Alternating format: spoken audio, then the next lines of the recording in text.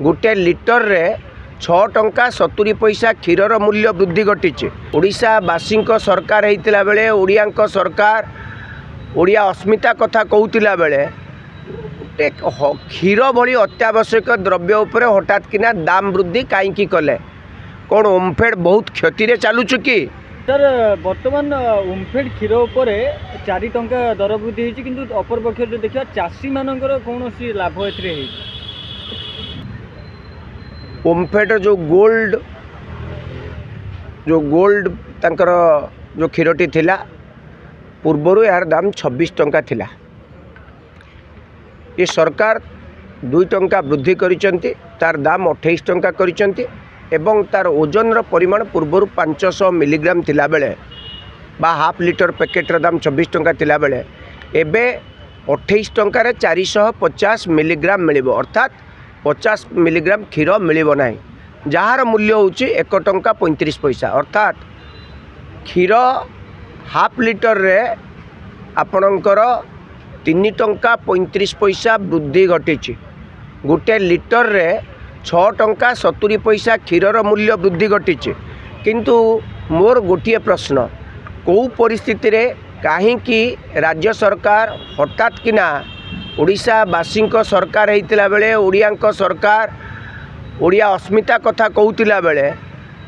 क्षीर भली अत्यावश्यक द्रव्य उपर हठात किना दाम वृद्धि कहीं कले कौन ओमफेड बहुत क्षति चलुच कि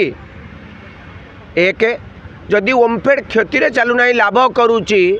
ताले सरकार कौन व्यवसायी कि ना ये लोकों सरकार जदि व्यवसायी ताले व्यवसायिक मनोवृत्ति नहीं कि जदि ये सरकार ये दाम वृद्धि घटी एथिरे ओडिशावासी जानतु ये प्रकृतर ओडिया लोकों सरकार ना ये व्यवसाय करने आसथिबा एक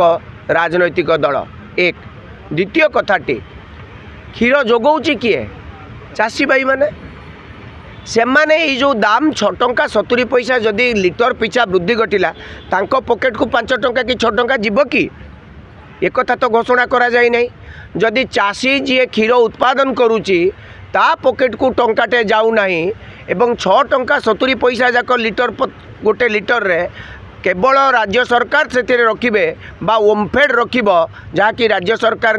तेणु एथिरु स्पष्ट ये सरकार क्षीर चाषी विरोधी दुग्ध चाषी विरोधी एवं ओडिशार ग्राहकों विरोधी।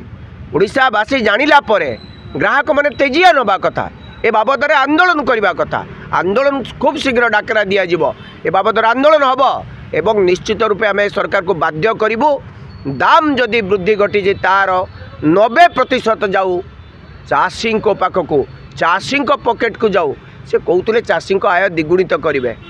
घोषणा पत्र अच्छी ना नहीं केंद्र सरकार करथिला राज्य सरकार भी कहते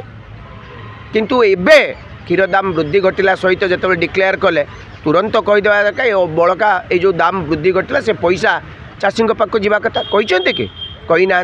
तेणु ये ओडिया अस्मिता कथा कहूथिबा सरकारटी प्रकृतर ओडिया लोकों को पेटरे छुरी मारुची पिठीरे गोईठा मारुची एक कथा सत्य।